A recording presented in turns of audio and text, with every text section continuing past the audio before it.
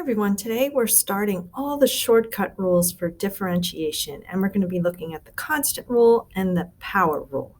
So first I have a little review here. Recall the differentiation is the process of finding a derivative or gradient function. Remember, the word gradient means slope.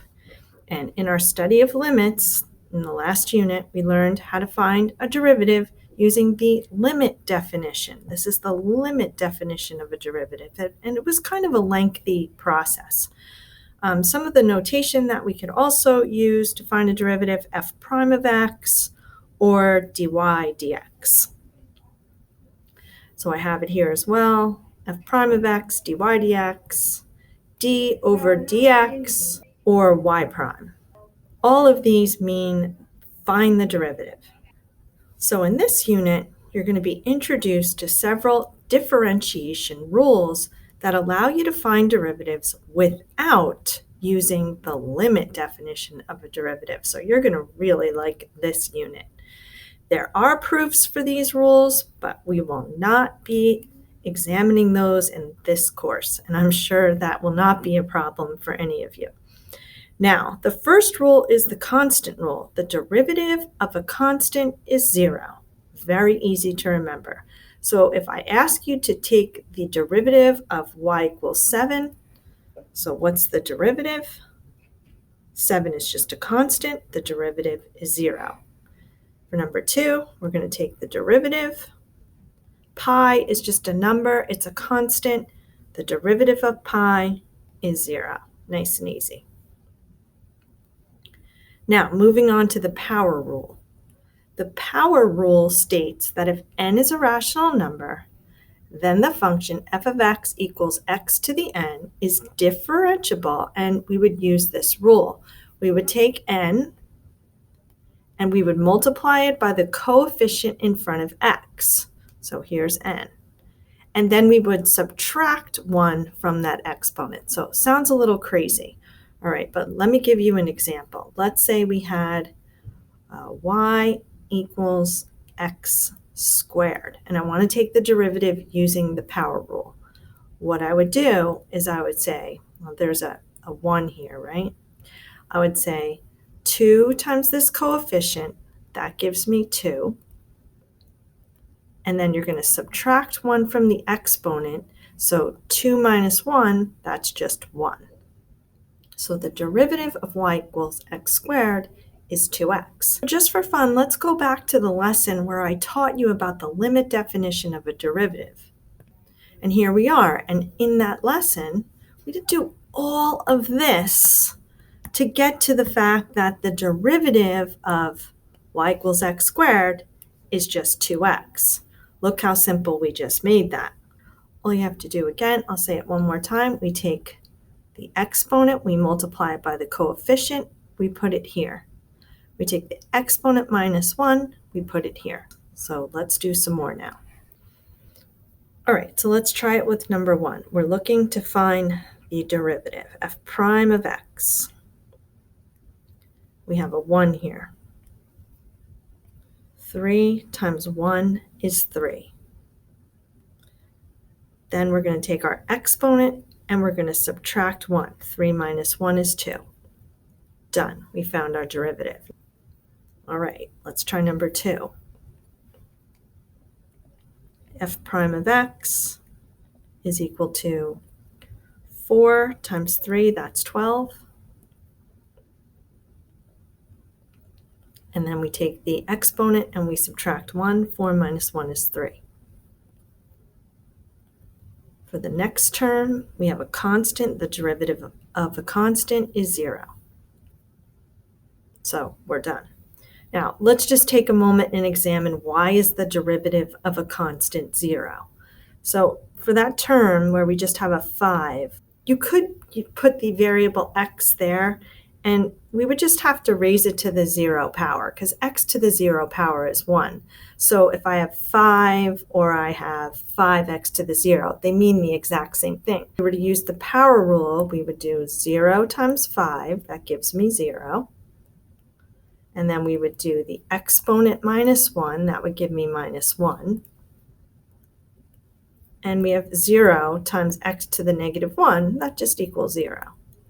So it's a little baby proof. I said I wouldn't do proofs, but that's a little baby proof right here of why the derivative of a constant is always 0. All right, let's do number 3. So it looks a little trickier now. I'm going to rewrite number 3. Anytime that I have a variable in the denominator, I could rewrite it with a negative exponent. So 1 divided by x to the third is the same as x to the negative 3 minus 6. Now I'm going to take the derivative of that using the power rule. So I have negative 3 times 1, that gives me negative 3. And then I'm going to subtract 1 from the exponent, negative 3 minus 1, that gives me negative 4. And the derivative of minus 6, that's just a constant, so the derivative is 0. Now, we don't like to have negative exponents in our answer, so I'm just going to move that x to the negative 4 to the denominator, and then that will make that exponent positive. So my final answer for this guy is going to be negative 3 over x to the 4th. All right, number 4. I'm going to rewrite this again. I'm going to rewrite root x as x to the 1/2 power. They mean the same thing. That'll make it easier for me to take the derivative and follow my power rule. So I'm going to take my exponent and multiply it by my coefficient. 1/2 times 1 is 1/2. And then I'm going to take my exponent and subtract 1. 1/2 minus 1 is minus 1/2. I don't want to have a negative exponent in my answer, so I'm going to have 1 over 2x to the 1/2.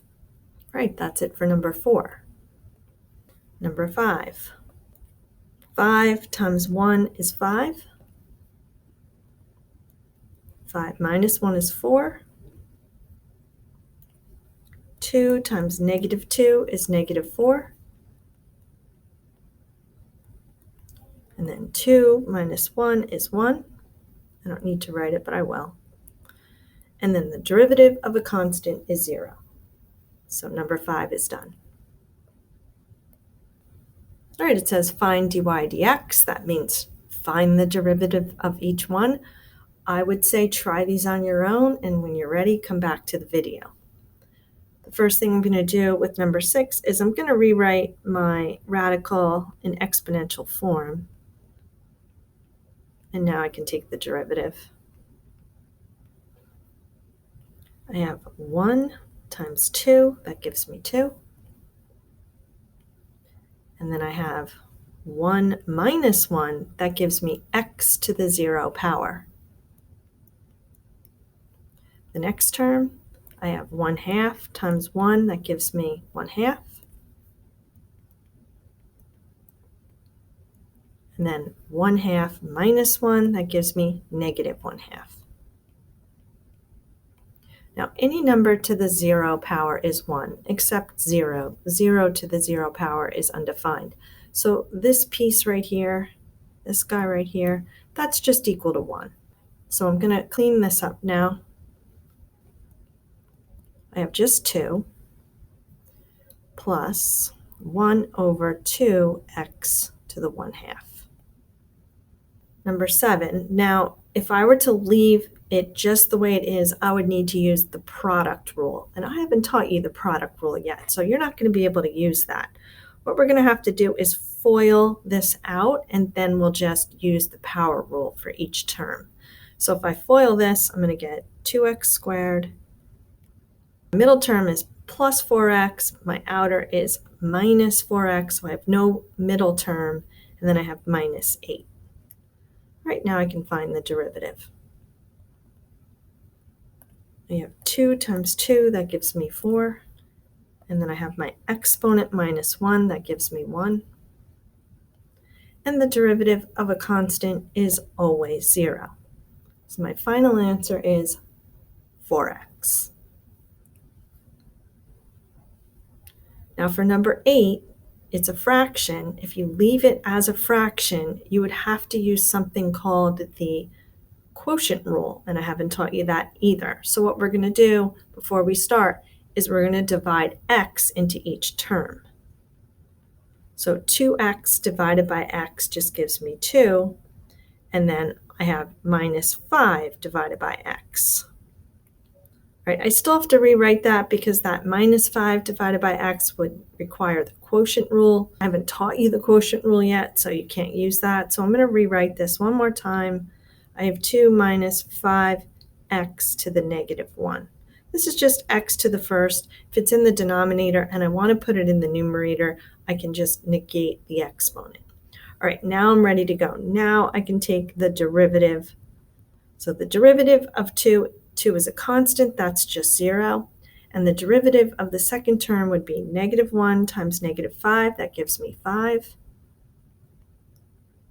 And then I have negative 1 minus 1, that gives me negative 2. I don't want to leave it with a negative exponent, so I'm going to rewrite that. 5 over x squared. All right, number 9, again, you would need the quotient rule if we left it like this. So we don't want to do that. We're going to divide x into each term. X cubed divided by x to the first is x squared. Minus x squared divided by x, that would give me minus x. And then minus 5 divided by x. I'll rewrite that last term because that's a quotient, and I don't want to use the quotient rule. I want to use the power rule. So I'm going to write that as minus 5x to the negative 1. Now I'm ready to use the power rule on every term.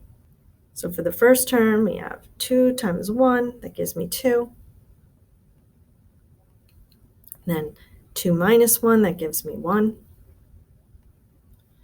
Then I have 1 times negative 1, that gives me negative 1. And then I have 1 minus 1 right here. We have an exponent that's 1. 1 minus 1 is 0. And then the last term, I have negative 1 times negative 5. That gives me positive 5. And then I have negative 1 minus 1. That gives me minus 2. Let's make this look a little nicer. We've got y prime equals 2x. Anything to the 0 power is 1 except for 0. 0 to the 0 power is undefined. So I have minus 1 times 1. That gives me minus 1. And then I'm going to write that last term as plus 5 over x squared because I don't want to have negative exponents in my answer. All right, number 10. Ooh, a little trickier now. What do we have here? We have x minus 2 over x to the 1/2. That's the same as x over x to the 1/2 minus 2 over x to the 1/2. So I haven't taught you the quotient rule yet, so I want to rewrite each term. So I have 1 minus half, that's going to give me x to the 1/2. And then I have minus 2. I'm going to bring that x to the 1/2 up to the numerator, so that's going to be x to the negative 1/2. All right, now I'm ready to use the power rule on every term to find my derivative. Y prime is equal to 1/2 times 1, that's a half. 1/2 minus 1, that's negative a half. And then I have negative 1/2 times a negative 2, that's going to give me positive 1. And then I have negative 1/2 minus 1, that's negative 1/2 minus 2 over 2, that gives me negative 3/2. I want to rewrite this so I don't have negatives exponents. So I'm going to have 1 over 2x to the 1/2 plus 1 over x to the 3/2. All right, I hope you're starting to get the hang of this now. So I put some pretty hard ones on this page. I would say give these a shot on your own. They're pretty tricky, and come back to the video when you're ready. Now, for number 11, you would need to know the product rule, and I haven't taught you that yet. So we need to multiply everything out, and then we can use the power rule on every term. So first I'm going to multiply 2x times 3x minus 1. And then I'll use FOIL. And now I can use the power rule on every term. So y prime, the derivative of y prime is equal to 18x squared plus 20x minus 4. For number 12, you would need to know the quotient rule, which you don't, so I need to divide x cubed into every term. So I have y equals x over x cubed plus 4 over x cubed. That means we have y equals, so 1 minus 3, that gives me negative 2. So I have x to the negative 2 power plus 4x to the negative 3. All right, now I can use the power rule on every term. Negative 2 times 1, that's negative 2. Negative 2 minus 1, that's negative 3. Negative 3 times 4, that's negative 12. And negative 3 minus 1, that's negative 4. I don't want to leave negative exponents in my answer.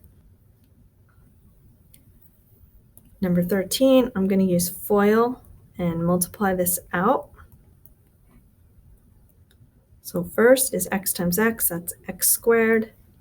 And then I have, for the inner term, x times 1 over x, that's 1. And outer is x times 1 over x, that's 1. So I end up with plus 2. And last, I have plus 1 over x squared. All right, I need to fix that last term.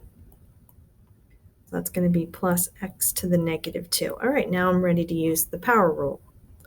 Y prime. It's going to be 2 times 1 is 2. 2 minus 1 is 1.